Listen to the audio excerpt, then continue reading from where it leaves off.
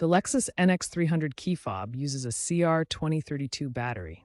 To open the case, locate the small notch on the side of the fob. Insert a thin, non-conductive tool, like a plastic pry tool or guitar pick, into the notch. Gently apply pressure to pry the case open. The case has a snap-fit design, so avoid excessive force to prevent cracking the plastic. No screws are involved. Be mindful of the rubber gasket that provides splash resistance with an IPX rating and ensure it remains intact. The goal is to separate the two halves of the fob cleanly to access the battery compartment. Once the case is open, you'll see the CR2032 battery. Use a small, non-conductive tool to carefully remove the old battery, avoiding direct skin contact. Note the battery's polarity. The positive plus side should be facing up.